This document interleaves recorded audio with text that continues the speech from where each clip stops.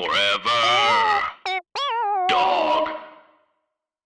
When your first choice is a big old bus, you turn around and boom, you end up with a sloppy seconds. Oh, diva.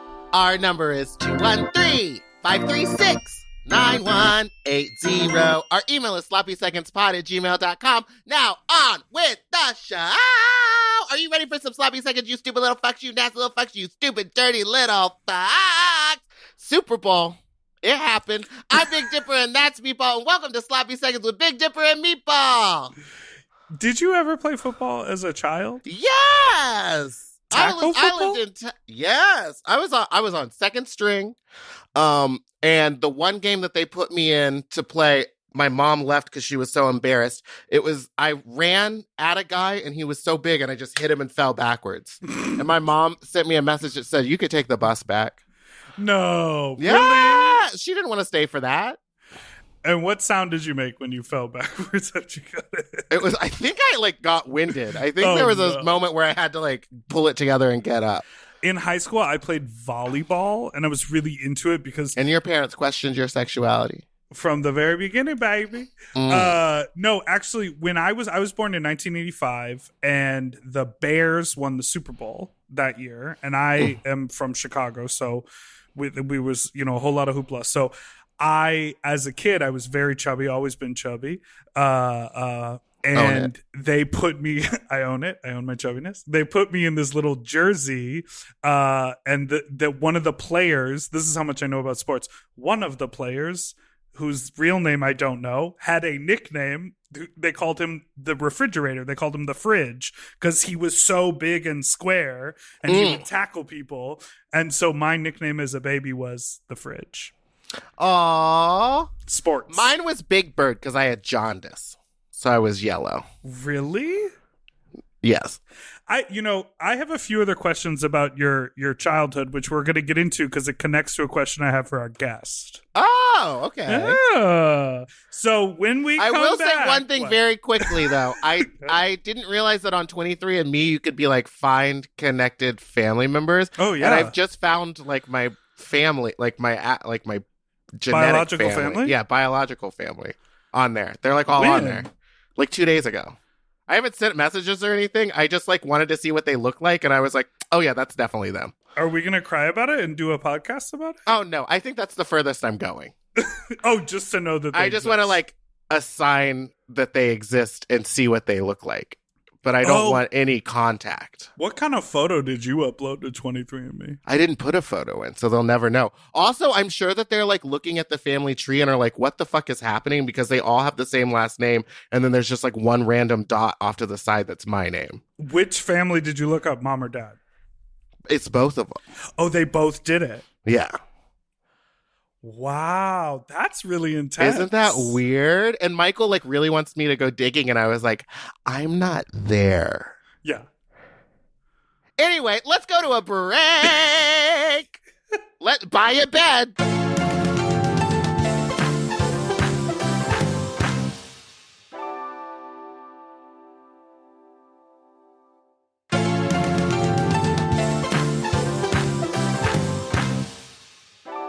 All right. Are you guys ready for our very famous guest? She is an icon. She's a comedian. She's an actress. She is a star. It's Sasheer Zamata. Yes. Hello. Hello. How are you? I'm good. How are you? I'm wonderful. We got real heavy pretty quick here, huh? Yeah. Was that heavy for y'all? Because I feel fine. That's great. I did Ancestry. Oh, yeah. And then I'll get little alerts that are like, we found a new relative of yours. And I just don't even look at it because I'm I have a million cousins. I don't need And they really whittle it down to fourth distant cousin. I'm I don't need to reach out to this person. That's muddy waters. That's too far from me. Well, I teased this idea of a question. I was just looking at Wikipedia, and I'm sure a lot of people do this before they have you on their podcast, but you were born I wish more would. I wish more would look up anything about me before they have me on their show. But it says, and confirm or deny, but you were born in Japan. Is that correct? Confirm. Yes, this is true. My dad was in the Air Force. He's retired now. And so we moved around a ton. And I was born in Okinawa, Japan. That's so great. How long were you there for? I think I was there for like 10 months. My parents, I think, were there for a couple years, and then moved to Lexington, Kentucky, San Antonio, Texas, Hampton, Virginia, Riverside, California. And then my parents split, and then I moved to Indiana with my mom. And then bounced back between that and Maryland. And then, then I became an adult and moved wherever I wanted to. I'm not moving.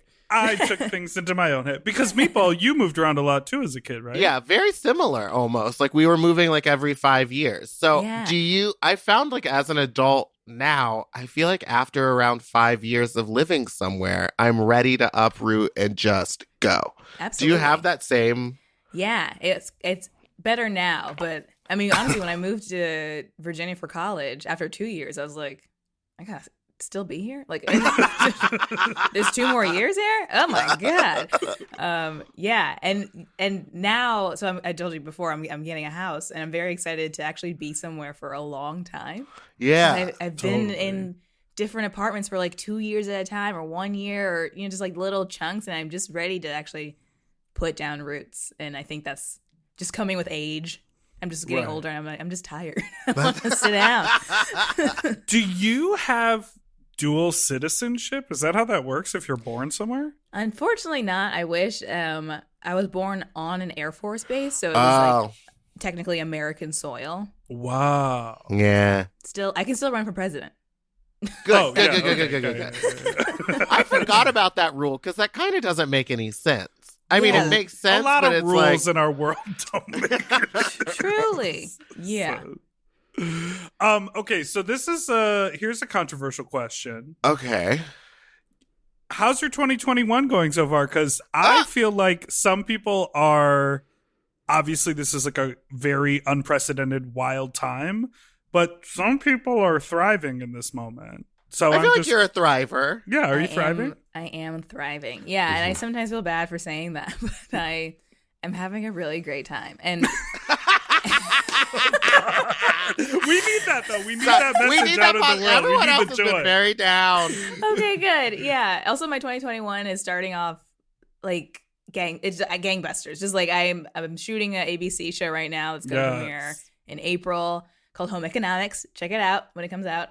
I'm very thankful that I have work to look forward to this year. And I'm less thankful because it means that Skate Gang is coming to an end. For a while there, no one had work, and we were all skating every week. And now it's like I have nothing going on because I'm a lonely drag queen, and everyone else is working on TV, getting their shows, doing their giggles. Yeah, Hollywood's opening back up, and it means less skating. But I feel like we'll still find time to skate. I would love to. I still want to. Yes, I feel like it's slowed down. I mean, here, let's be real. I've come only a few times, and then I just creep on the group chat. That's all I do. I read the whole thing, but I never respond because I'm like, who am I to respond? I've only been like a dozen times, so like I'm not going to say anything, and I just watch all the conversation. But I'm like, I'm ready to go. When people are ready to skate again, I'm ready to go. Yeah, we'll still have skate parties. Yeah, it'll be back. I mean, the actual reason we all decided to stop going was because of the new shutdown rules. Yeah. And we were like, it's getting crazy out there. Yeah, which it still is bad out there, but... Oh, yeah, it's awful. The whole world is awful. But it's going like gangbusters for you, so... Yeah, baby!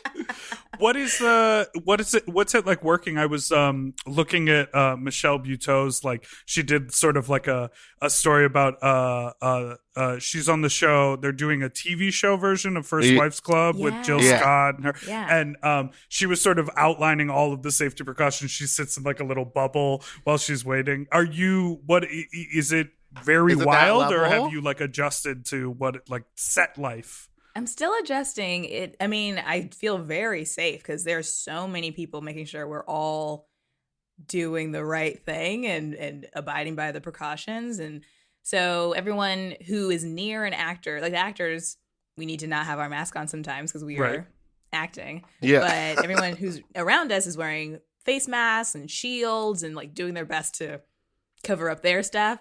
And then, hair and makeup all masked up. When we shot the pilot in September or October, it was like they had like medical gowns on, gloves, and they sprayed down every seat, and it just took so long. And then I think after a while they were like, okay, we don't have to do all that. Oh my god! Because they didn't. It was like I was like, my ass is not gonna give COVID to the seat. Like you don't have to spray it out. I don't know. Anal swabs these days, they're telling a different story about ass giving. So wait, really? Oh yeah, it's all about the fecal droplets these days. You gotta stick your butt out the window, and then they stick a thing right in there. That's how they do it at Dodger Stadium. It's just a line of buttholes. Just a line of them. But yeah, I do feel safe. We're getting tested regularly. There was a girl who had a yardstick that was like making sure during our break we're all standing 6 feet away from each other. And I was like, "This okay." Sure. Well, because what's crazy is like the moment you leave the set, you'd be like, "Oh, I need to get some greens for a salad tonight." You run to the grocery store, and it's like they're not doing that shit over there. No, not at all. But I think there's just so much money going into these shows that they're like, if one person fucks up, right, that shuts everything down, and we cannot afford that. We do not want to deal with that. So there's that's some so COVID crazy. sheriffs going around making sure we're doing our best to behave. We also got an email yesterday that was like, we know the Super Bowl's coming up. Please do not hang out with anybody. Like, please don't party with anyone. Please keep it to yourself. We do not need you getting wild Super Bowl Sunday and then coming to work Monday and getting anyone sick. That's so nuts. It's so crazy hearing that side of it and then like looking at videos of people in Florida just like packed in a club and partying and just being like, what's the truth? Where are we going? I know. Will this end? Get Miss Ma'am with the yardstick in the government. What's going on? Yes. I mean, travel the country. I love that someone's job now is like they have COVID supervisors. Officers. Yeah, and they're just like PAs paid to enforce the rules. Yeah, and that's like their only job, so they're serious about it. They're like, look, I'm here for a reason. Where's your fucking mask? Where's your shield? Get over here. Here's some hand sanitizer. Like they're just like on it, which is great. Good place to have a power trip. I want to let's I want to talk about New York, Mama, because if a guest has lived in New York, I have a lot of questions. Did you ever go to the Blarney Stone? I think I went there once. How about McManus? Oh, so much, yeah. Yes. See, I didn't realize that was like a place that it's a bar on like 23rd Street or something. Yeah, it's like 17th and 6th, I think. Yeah, it's just a bar that was like after class, me and my friends would go there and drink because they would serve underage people. And like later I realized there was like full of comedians all the time. All the time. And I had no idea. History there. It's like the famous bar to go to after a UCB show or yeah, pretty much any UCB show. Or Law and Order SVU. Any bar scene was shot in there at a different angle. Not even joking. I didn't know that old lady who had no teeth would always drink white wine with ice cubes. She was in those shots. She wouldn't leave. She's like, I refuse. She's like, that's this how is she where got I her live. SAG card. She just never got up.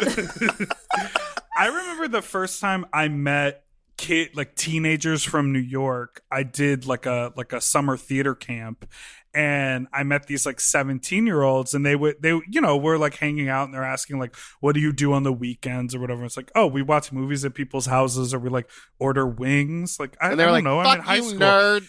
They are literally like, oh, we go down to the financial district and go into bars and get like stockbrokers to buy us drinks. And I'm like, you're 17. And she was like, oh yeah. No, like everyone goes out in New York when they're teenagers. I couldn't believe that. You grow up fast there. I would imagine. Yeah. How old were you when you moved to New York? 23. Yeah. 23. Well, reasonably. Like right after college. Right. So, and then you went to go do sketch comedy, or you were just going to be an actress? I thought I was going to go do theater. I thought I was going to be a Broadway star. Same. And I did audition for shows, and it just was that's a real trek. And I mean, God bless to the people who are doing it successfully, but like, you know, showing up somewhere at 7 a.m. before the doors open, you're sitting on these wooden benches with no cushion, you're waiting hours and hours just to be seen, and people with actual equity can walk past you and audition in front of you. And I was like, I feel like a second-class citizen. This fucking sucks. And it's just it was just so much. But I would keep going to UCB to like watch shows, and I was like, maybe I should take a class here. And then took more and more classes, and then just got obsessed. And then it was like, oh, I think this is what I like instead of this other waiting journey. in lines. And so I just didn't want to wait in line. And then also, it's just like improv is you just show up and do it and go. There's no rehearsals. I don't have to memorize any lines. It's just you. But what about the character shoes? Did you have character shoes? Did you wear them to your auditions? I did have character shoes. I still have them, I think, somewhere. I still have some tap shoes. Meatball okay, bring the tap shoes tomorrow. We're tapping. No, I don't think a lot of people realize that when you like first, I didn't have any clue that like when I first moved to New York, auditioning meant what you said, just sitting in rooms, waiting, trying to be the first person in line, trying to get seen. It's like, it's a system that's set up for you to fail. Like Yes. they say that it's equal opportunity, but it's like, I didn't realize that all my friends who were like taking extra acting classes outside of school were doing it because the teacher had connections. Oh, absolutely. I was always just like, oh, okay, you guys have fun. I'm not going to waste my money doing that. I'm going to get by on my talent. No. Did not happen. No. Isn't that sad? It's so sad. Yeah, talent's like, it's slightly part of it, but then it's also like, yeah, how much money are you spending on these classes? How many networking meetings are you going to? How many, like, I didn't want to do that. How many headshots are you going to take under the Brooklyn Bridge? You know what I mean? Wait, so what was the like UCB scene like when you were in New York?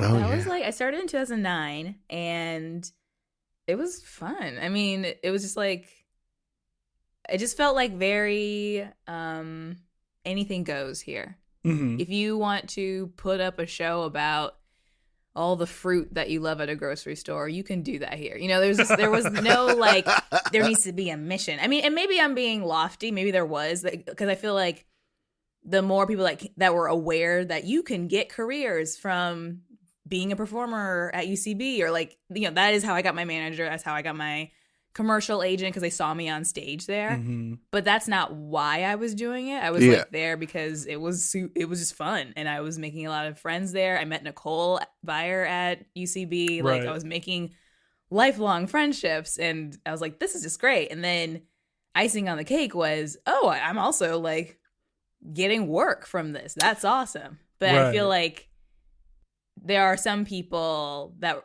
and I don't know if there was a certain switch or I don't know, but eventually people were like, oh, if I go to this place, I will get jobs and money, as opposed to just going to have fun and learning about stuff and wanting, you know, enjoying the performance aspect of it and then getting the money. Yeah, because now I know people when I first moved here that were saying like, "Oh, you go to UCB and then you work yourself up to the stage show and then you just audition for SNL and you're set."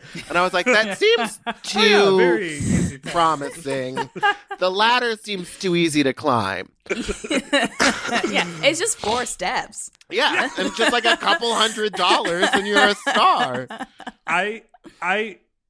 After college, I moved back to Chicago, and I took a couple improv classes in Chicago. And like, obviously the vibe, I think sort of in general in that city is a little more just like for whatever's going to happen in the room. Like, people do have a mindset on career, but I think a lot of times they think, I'll do that once I move to New York or LA. But here in Chicago, we're just going to play around and like see what happens. Mm-hmm. And then when I came out here, I took a class at UCB, and it was totally like day one, going around the room, like say your name and, you know, like whatever. People were like pitching themselves in 101 to the other people in the room. And it's like, literally just be like, your name is Jeff and you like ice cream. Like, what are you do? Like, just do the thing, you know, but it was so, it was really wrong. career driven. What? I showed up and handed out a script. I thought I was like, this is my work.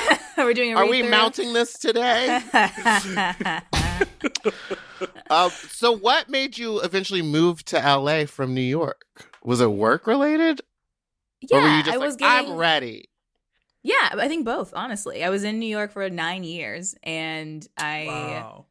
was on SNL for 3.5, and I mean, jobs were coming, but they were mostly in LA. I kept flying to LA to do things, and eventually it was like, it doesn't really make sense to come back. Like I'm like, Right. I keep doing this back and forth journey, and it's a little exhausting. And also, a lot of my close friends were already out in LA, and I just feel like I knew more of my work would pull me in this direction. So I think it was just like, it's just time. It's time to make the move. And I'm glad I did. I like it here. I still love New York, but this is good for right now. Oh, When yeah. was- Any chance I get to go back to New York and spend just like 7 days, that's all you need. You need 5 days of hanging out and 2 days of like laying in bed. That's it. I'll take it. But see, you said that you don't like to fly around, go back and forth, but then you decided to start doing stand-up and travel every weekend. Thoughts? Yeah. Thoughts? Wow, I feel called out. What's your drink order on the flight? Thoughts? I actually don't like drinking on the plane. But I also drink less now. But I love the performance aspect. I love performing in different places, but I don't like the travel of it all. I don't love being on planes or just like going to airports, especially now. I'm terrified. Oh, And yeah. it's crazy Have you to think traveled about. a little now? Not on a plane. I haven't been on a plane, I guess, in a year. I haven't been on a plane this whole pandemic, which is so crazy. My last trip was to New York last February. I had a show February 15th. I stayed a couple extra days, and then I got back to LA like on the 20th of February. Yeah, I think my last trip was to DC to do a show, and then never again. Never again. And then never again. Meatball, are you frozen or just thinking? No, When I did you just fly don't last? even remember my last trip. I don't remember. I remember these 4 walls. That's all I Yeah. know. I can't remember the last time I flew. Yeah. I did take a 20-day road trip in November. Oh, yes! Mama went to Yeah. the Grand Canyon twice. I did. It was great. My man and I, both of our families are in the Midwest, and we wanted to see them safely, but not flies. And we had so much time, so we're like, let's drive. And yeah, we went through Sedona. We saw the north rim of the Grand Canyon on the way there. We went to Amarillo, Texas. We stopped in Chicago and saw some friends. We stopped in Missouri and saw some friends and family, Indiana. And then on the way back, saw the south rim of the Grand Canyon. It was just so nice. Oh, that sounds so lovely. What It a great really was. escape. Yeah. And of course, COVID's still around. So Yeah. there was still like it was nice to pretend for a minute and be like, yeah, we're doing it. And we got no worries in the world. And then we get out and we're like, mask up and I need a scarf and I need my goggles and I don't want to touch anything. When you would travel for stand-up, are you the type of person who like explores every city you're in, or are you like, give me to the hotel and the gig and the hotel, the airport? It depends on where I'm going. If I'm going to,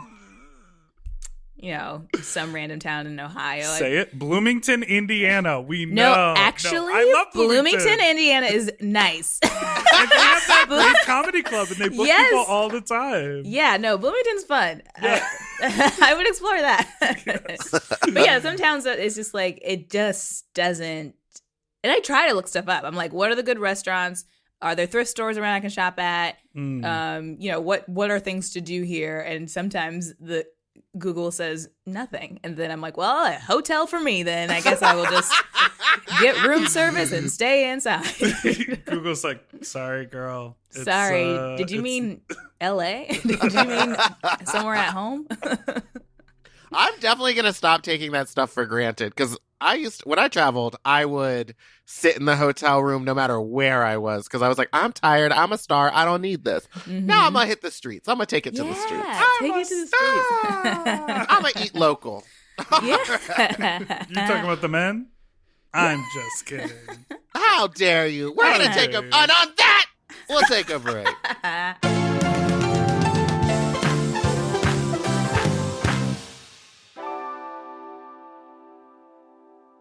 Okay, something about me. I love shopping. If you love shopping too, you have to check out Rakuten. And all you have to do is shop, shop, shop, shop, shop, shop, shop. And with Rakuten, you get cash back and rewards on almost everything you buy. Exactly.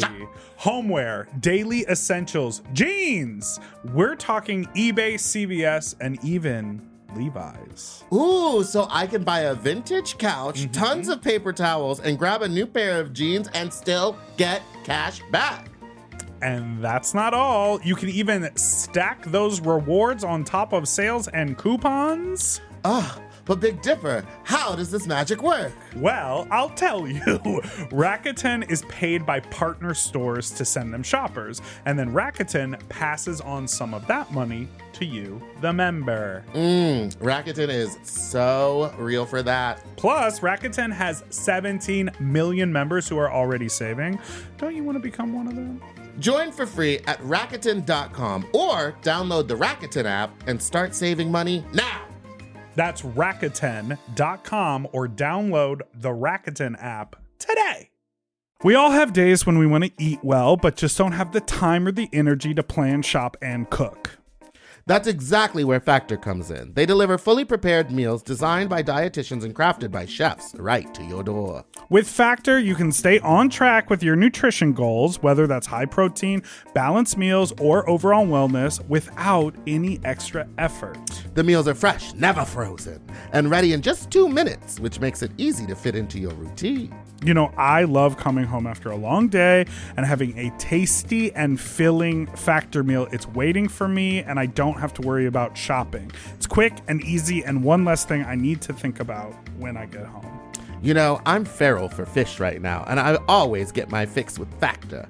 I recently had their scampi-styled shrimp and salmon, and let me tell you, it did not disappoint. So get Factor today and start enjoying delicious and nutritious meals. Head to factormeals.com/sloppyseconds50 off and use code sloppyseconds50 off to get 50% off and free daily greens per box with new subscription only, while supplies last until September 27th, 26.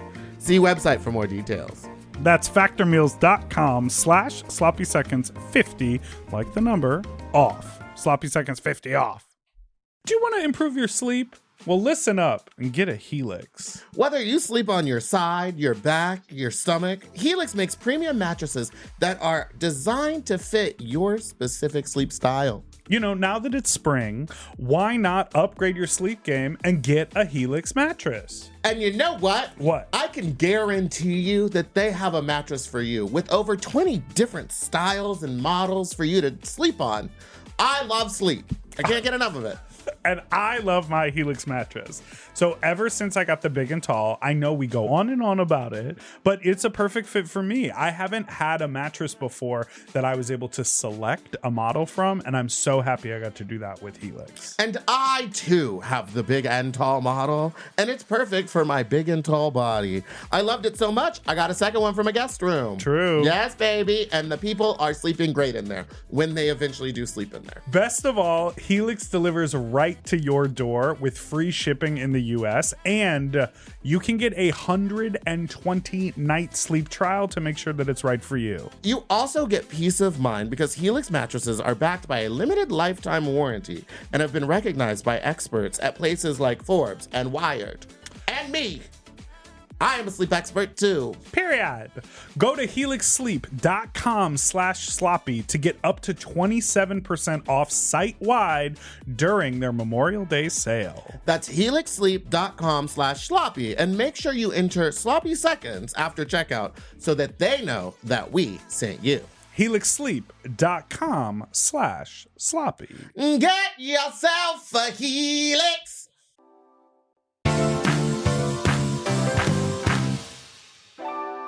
Okay, we are back. We're back. Let's get into... So you lived in New York. Did you ever see Wicked? I'm embarrassed to say I have not. Did you ever see any Broadway play? Like musicals? She kept it to the comedy clubs. I saw Book of Mormon. Oh, okay. And I saw Hamilton. Mm. And what else did I see? Did you have to wait a long time to see Hamilton? Or you had that access? My agent hooked it up. See? Ooh, must be nice. Must be nice. And it was like, there was some like foreign dignitary in the audience or something. So this was after like the original cast was no longer performing, but the original cast came back for this guy. And so we got to Oh. see all the original people. It was so great. Could you It was so imagine good. being in the actual cast at the time and being like, sorry, Girl, at second that point, they're string? probably like, I got the They were- night off. I'm happy. They were like my mom. You could take the bus home. Like, thank you for taking over. We need you to be here for a night, okay? We don't want you to embarrass us in front of this guy. You Wow. can watch. You can watch from the audience. That must be so wild to have like done a show for a year and then not be doing it, but sort of know that it lives somewhere in your bones that you could just do it again. Yeah. Yeah, because they do it so many So many times throughout the times. week. Yeah. I was exhausted just watching it on Disney Plus. Mm-hmm. Me too. And it's good on Disney Plus too. I was like, I want, because it's hard to record live performance Yes. and have it translate. Yeah. But watching it on Disney Plus, I was still like, yes. I was like dancing still. It's such a fun show. Did we all see the tweet with the Lin-Manuel Miranda video from like the first couple lines of Hamilton? Didn't I send that to you, Meatball? Probably, but I don't There's really like a tweet care of that him on much the about train Hamilton. doing like the opening couple lines from like before he wrote the whole script, like when he had the Ooh. idea. Oh, wow. But it's from so long ago that the video quality is like weird and grainy, and like his voice is sort of chipmunky a little bit. So it's actually just psychotic to look at. Oh my But God. it was making the rounds recently. They were like, "Happy anniversary to this like brilliant man," and I was like, "That's not the media." yeah, to- don't do it. Don't do it. Don't Like that. do that. Don't make him dirty like that. Show him accepting an award or Yes, something. Don't like show him on the train when he's Yeah, like workshopping a couple lines. Yeah, he Pulitzer or actually something. Nicole and I were we did a live This American Life show. I was telling a story and she was in the story because I don't do anything without her. So I Right. was like, Nicole was there. And so she was a part of the performance, and Lynn had a musical that he wrote that was a part of the whole show. Oh. And it's called 21 Chump Street. And I still listen to it sometimes. The music was amazing. It was so cute. And Nicole and I were both like, you have to make this into an extended musical, because it was like 12 minutes or something. And he was like, no, I'm kind of working on something else that I think will be better. And we were like, are you kidding me? What can be better than this? And then like Hamilton. He's like, "Well, just Well, wait. this I had this idea on the train." And And then he sold it to Disney Plus. Good for him. Girl. Yeah, man. Make that Disney money. honey. Speaking of streaming services, what was it like working with Hulu on Woke? Ah! nice You like job. that? You like that transition, Mama? That was good. Thank you. Yeah, I mean that was such a fun show to be a part of. I love the Woke family so much, and also it was really cool to be in a show with so many Black people, and I want to keep doing that. I mean, I have done things where there are Black people, but it was like just nice to be like, oh, the director's Black, and the writers are Black, and the producers are Black, and there's so many Black people in the cast, and we're all different. We all have different opinions, and it's so nice. And we got season 2. I don't know when we're shooting it, sometime this year. But I'm very excited to go back.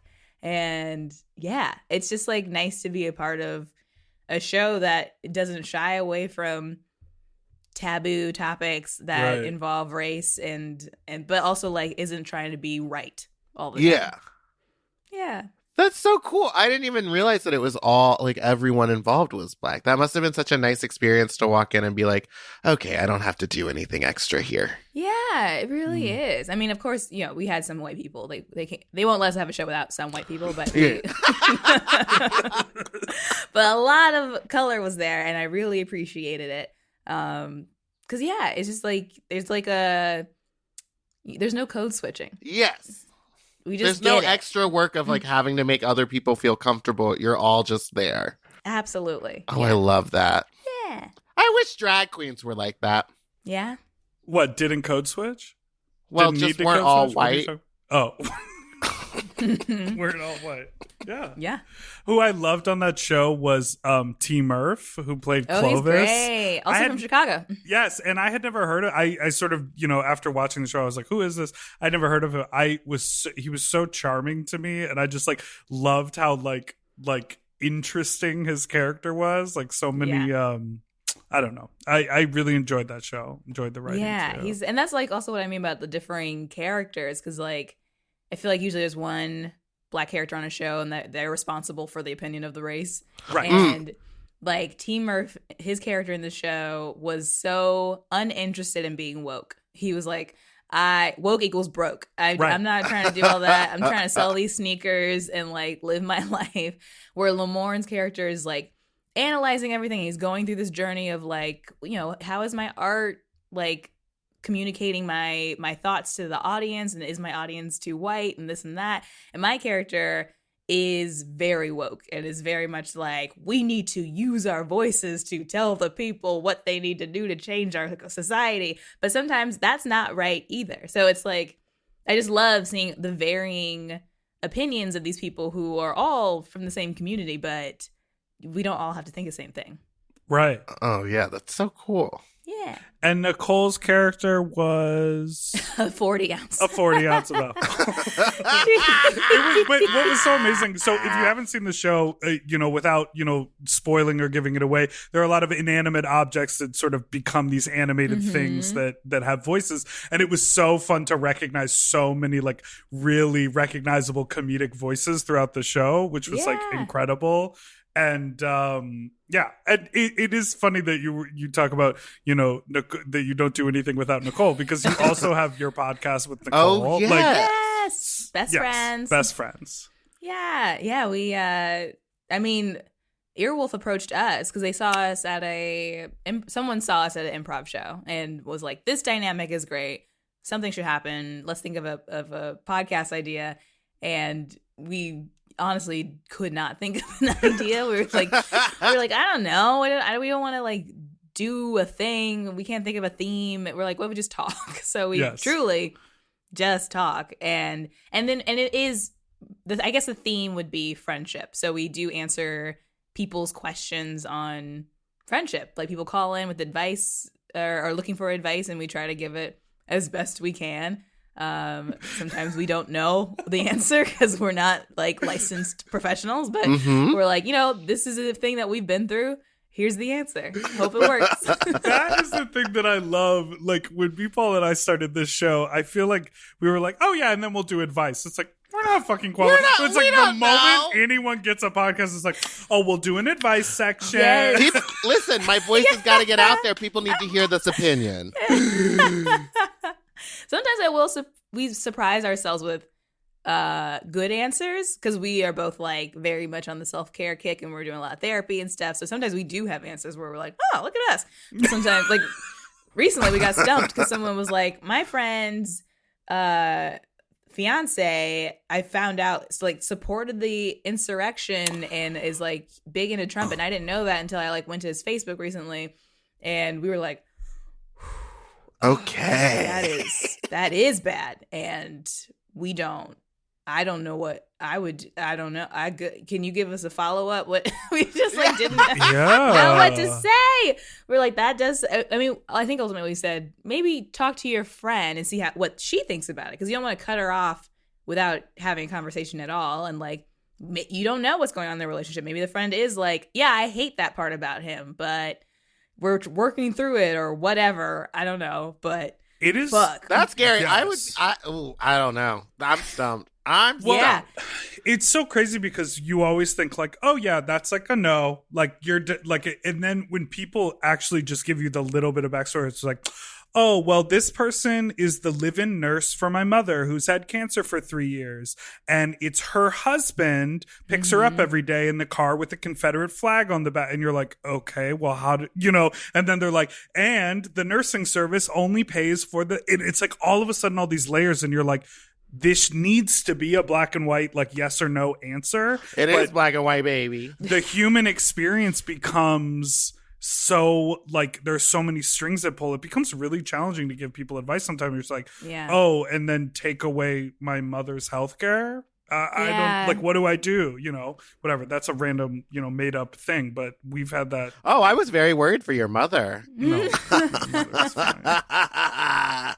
Well, you've also been a part of a game called Call of Duty Warfare Zombies in Spaceland.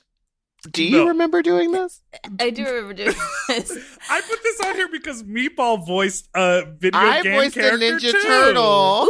Who? In the Ninja Turtle cell phone video game, I was Raphael. You were Raphael? Yeah, wait. Holy let me- shit. That's great.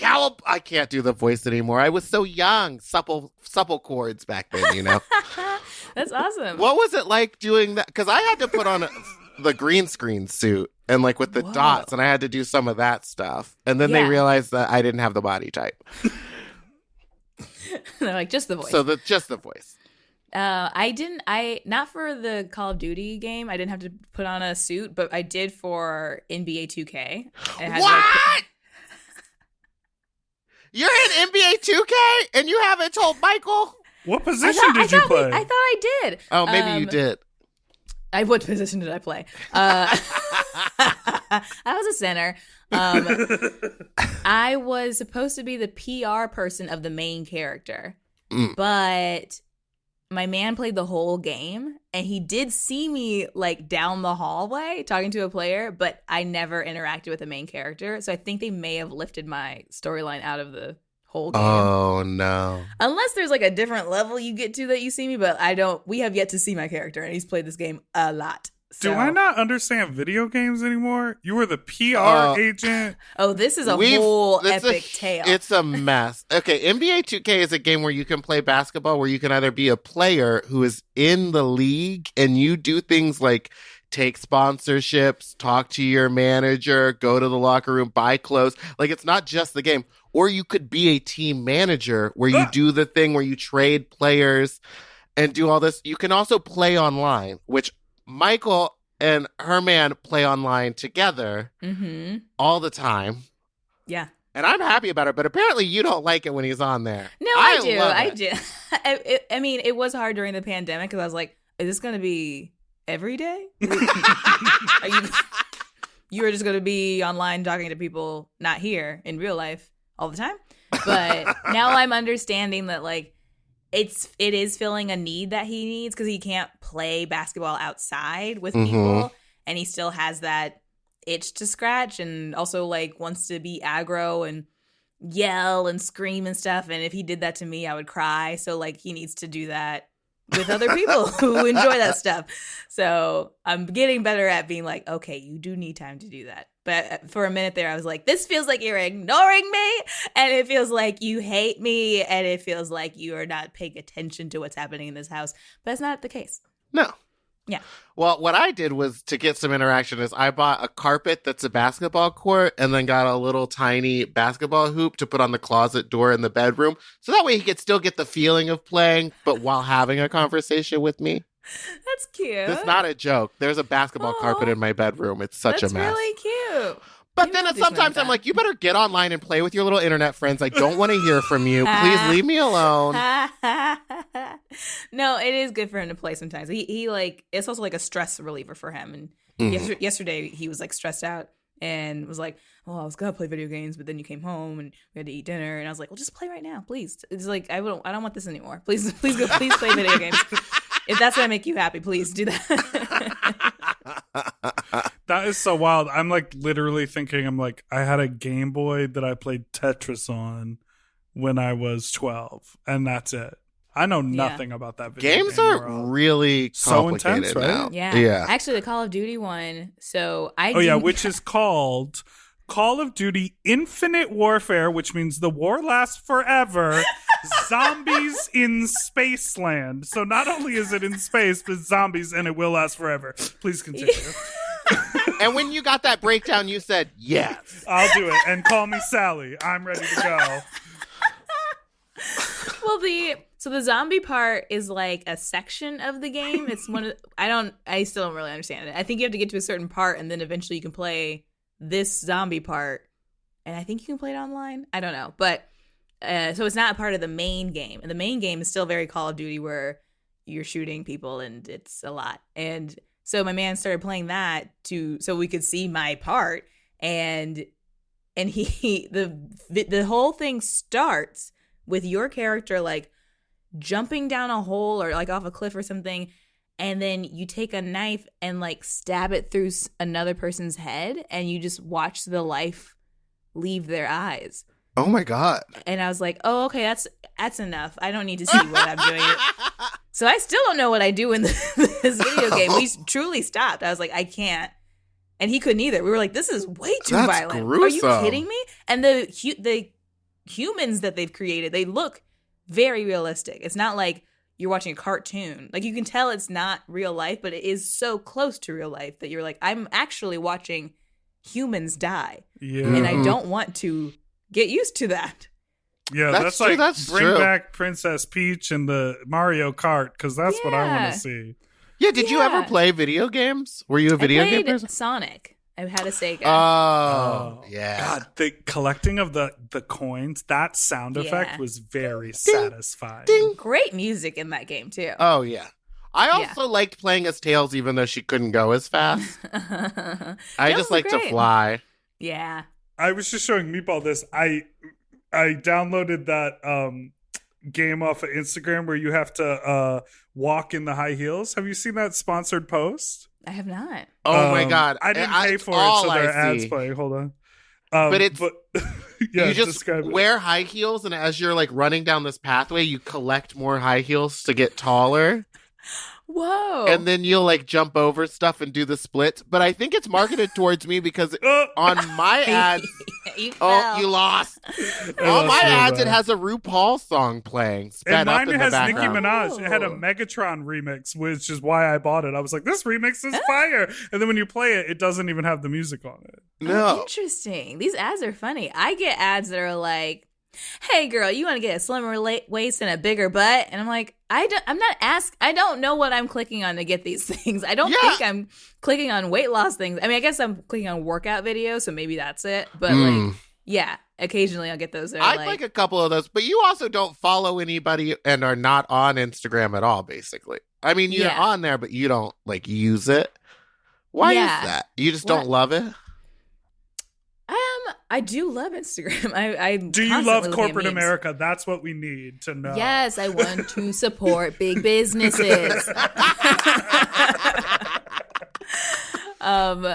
Yeah, I don't like following anyone because I just don't want my feed to be full of stuff I don't care about. I feel Yup. like it's very easy to be like, oh my God, this person's married now? And it's like, I wouldn't have cared about that person if they didn't just pop up on my feed. Like, I just feel like it Yes. just clutters my brain when I'm like, the people I care about are actually people I'm talking about and or talking to, and people who are in my life and that I'm interacting with. I don't. Why am I concerning myself with someone from 10 years ago? And why Yeah, they're it in just feels Puerto like- Vallarta. Completely. Yeah. So that's why I don't follow anyone. But I still creep. I still for sure am all up in Instagram. Very looking at Beyonce stuff. of you. Yes. Yes. Okay, Yeah. we're going to take a quick break and we'll be back with our final segment. Go buy a bed.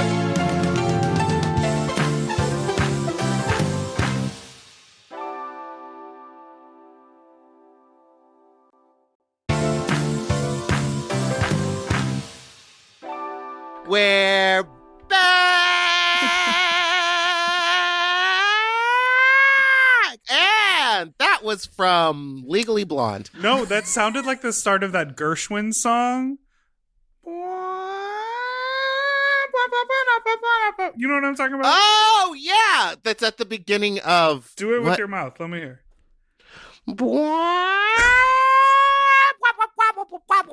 It's in a lot. It's... What? Was that not It's good? called something blues, right? What is that? I don't think I know this. Do I? It's called Blue Rhapsody. Yes. Oh, yes. This All song is right. Well, everywhere. now it's time for our segment called Fuck Talk. It's a segment where we talk about interesting or funny sexual experiences that we've had before. I know that may not be comfortable for you, so we're going to be playing voicemails from listeners about their uncomfortable sex stories, and you can comment on them if you want, or you can stay silent for your own posterity. It's up Oh, to that's you. very considerate of you. Thank you. Oh, yes. What? It's at the beginning of some movie. Every movie? I feel like, is it at the beginning of like Aristocrats? Yeah, or like Crats. 101 Cats. Dalmatians or Cats Yes, or something. yeah, maybe 100. Yeah, maybe it's that. That's it. I feel like it's very much a cartoon song. Yeah. People, write in if you know. Okay, Meatball, I have one labeled A Neglected Child. and one labeled Sloppy Seconds. Do you remember these? Because you sent these to me. I do remember them. I feel like the neglected child one is kind of sad, but also maybe funny. Sounds it Sounds from the sad title. already. Yeah. Well, why don't we do? Then the Sloppy Seconds one. I mean, just pick whichever one you want. I don't want to play neglected child. Now that I you think it's say not it. that bad. All right, we'll start with that, and if it's horrible, we'll play the other one. Okay. Here we go. Hi. On the podcast I was listening to today, you guys were talking about formative porn experiences, and I thought that I would share mine. Mine comes from when I was about 8 or 9 years old, and my mom went out to the bars pretty frequently. So on Saturday nights, he's my the older neglected sister, child. who's about 4 years my senior. What? He's the neglected child. Because his I mean, mom that's went to a still bar? sad. When he was 8 or It 9. doesn't matter. Are you saying it would be less sad if he neglected a child? Yeah. I mean, he's clearly turned out okay. He's calling us. I don't know. That's true. Yeah. I think Sasheer's onto something. All right. Okay, so his mom's out at the bar. Would watch us, and we had a computer, family computer. We had AOL. My mom is not technologically savvy, so it didn't really matter what we did. She would never see it. So my sister and her friend started babysitting us together, and we would sit down in front of the computer, her, myself, her friend, and then my younger sister, who is 2 years younger than me. I was probably 8 at the time. So that's a And 6-year-old. somehow we ended up in a rabbit hole where my sister started playing boysfirsttime.com, which is amateur, straight boy, gay stuff, porn, gay for pay. And You I are was gay! hooked. I would ask for them to play it, and eventually it became a favorite, something that I'm still unlearning. So I had been doing gay shit before that already with some friends, but that really fortified my knowledge, and then I could teach my friends all about the things that I learned. So that's it. 9 years old, watching Gay for Pay. Thanks to my sister. When I came out, I also said to her, guess what? I'm gay, and guess what else? It's your fault. That was fun. Have a great day. Bye.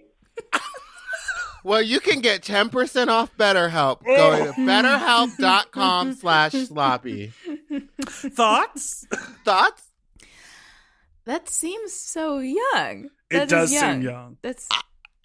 That's too young. I'm trying to think of when I was 8, and I don't know if I'd be able to comprehend what I was seeing. Yeah.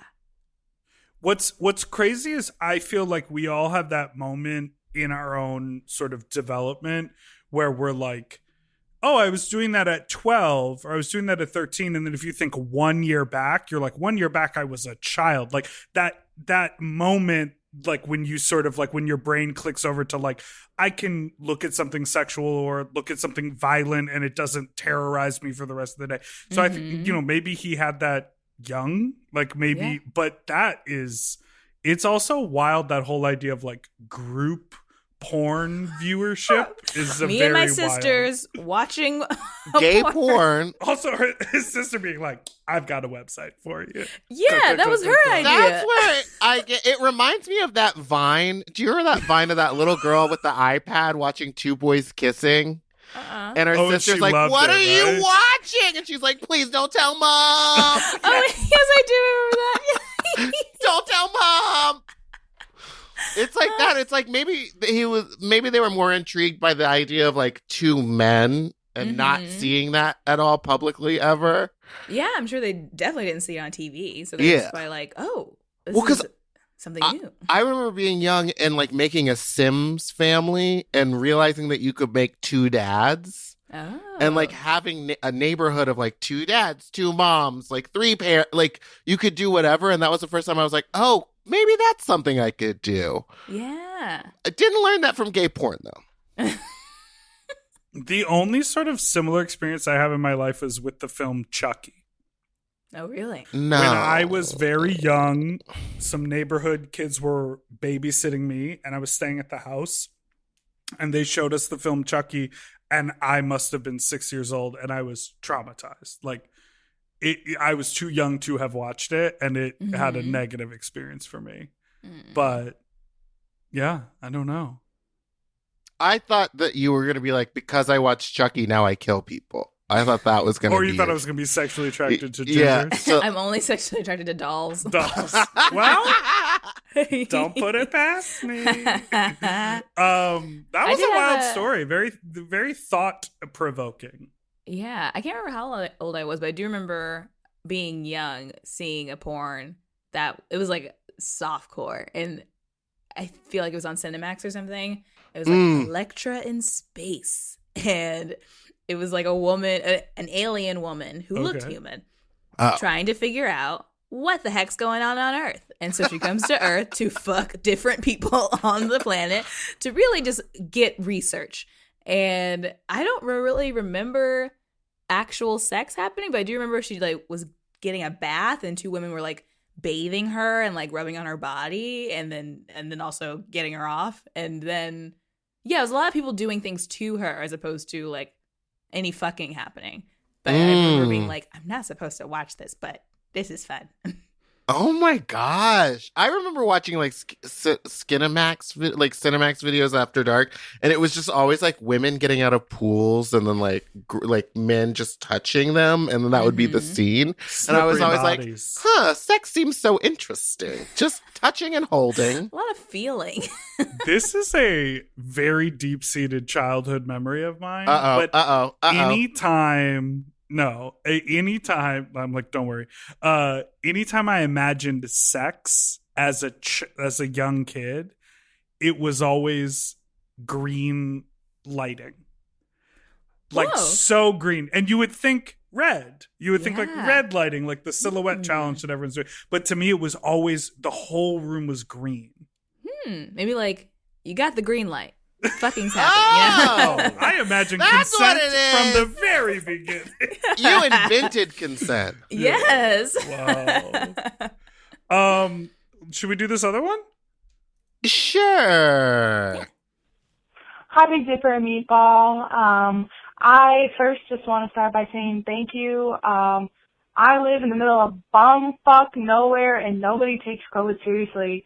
I feel like I'm being gaslit by the people in my community, and listening to you guys and how you are taking it seriously is really nice to hear. And Nice. I feel like I'm not alone in fighting this horrible panorama. So I have a fuck talk story. In freshman year of college, I was fucking this guy. He did not do it for me one night, so I actually called another friend over, and we ended up fucking. My roommate came home, and we all went to sleep. The next morning, the guy that I fucked second, started getting in my roommate's bed, and they started fucking. I was a gentlewoman, and I left the room and let them get it on. And then later she came back and she asked me if we fucked, and I said yes. And she got my sloppy seconds. Again, thanks for being you. Bye. She was really love waiting that. for the end of that. Wow. Would you was take that as sloppy. a personal offense? I know I would. Yeah, I think I would. I mean, it sounds like this person was so cash about it. Yeah. It doesn't sound like they cared No. either way. Also, but freshman year of college, you're trying to get it anywhere. it's true. Yeah, but I was a prude. I was a prude throughout all of college. I would not have liked any of that. My roommate, she was my roommate we lived together 3 out of the 4 years of college. And our last year, she brought up at some point, she's like, I fucked in the room when you were in there. And I was like, what? Oh Excuse me? God. Like there I do remember there was one time I was auditioning for Color Girls for the drama program, and I was like really preparing, trying to get my mind right for the call back the next day, and some guy was over, and I was like livid. I was like, he needs to leave. I want to get a good night's sleep. This fucking sucks. And she's like, it's fine. He'll just cuddle with me. It's fine. I went to sleep, and I'm sure that was one of the nights that they fucked. It was like, humid in the morning. Oh no! But my dumb ass had no idea. And then it wasn't until later where she's like, Yes, that night, some other nights there. Yeah, you are really good at sleeping hard. So I just make sure you are asleep and then I fuck. So, yeah. That's insane. I've never, now I don't know. I've had a roommate fuck in like the shower in the bathroom while I was in the room, but like never a door in the same. in between. Yeah, never in the same room that I know of. I mean, I didn't know until years later. It's a lot. Those like double rooms in college. There's a lot of intimacy that goes, or I guess I was going to say privacy that goes out the window. Yep. I also said I would be offended, but then there is that story of me and when I lived with that roommate in New York where we hooked up with guys and in the morning they switched. Oh no, halfway through the night they switched rooms. Which sounds like this story. Which sounds like this where I was like, oh, round 2, all right. They wanted a little taste more of the coke. whole address. That's what they wanted. Well, they were visiting from Australia, so I think they wanted all the flavors they could get. You know what I mean?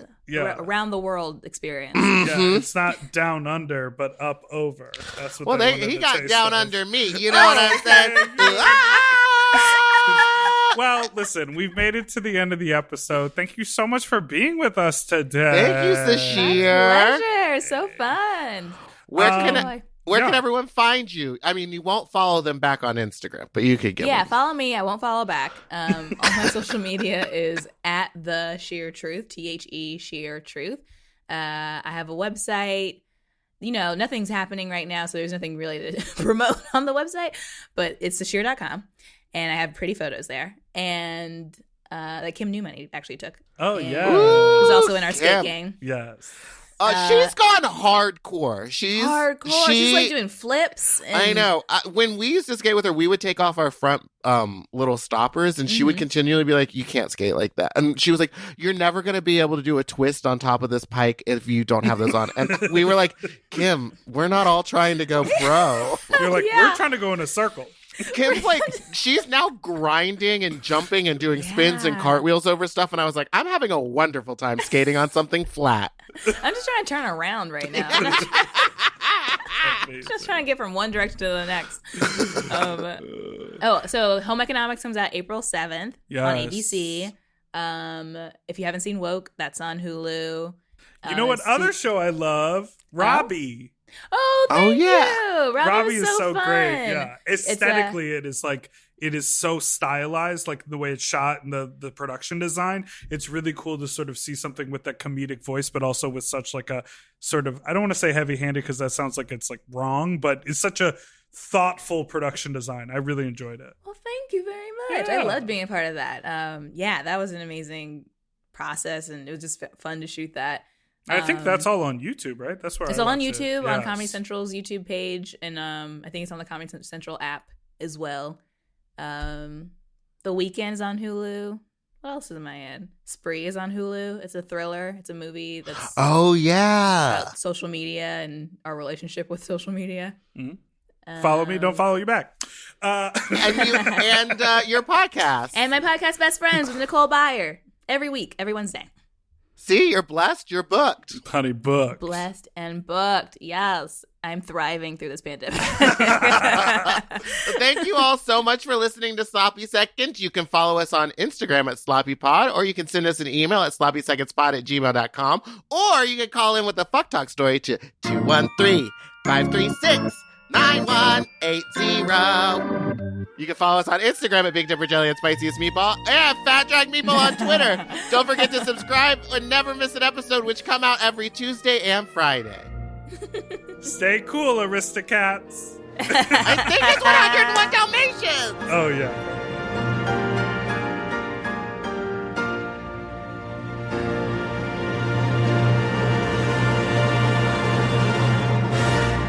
Doodle-doo-doo, forever dog.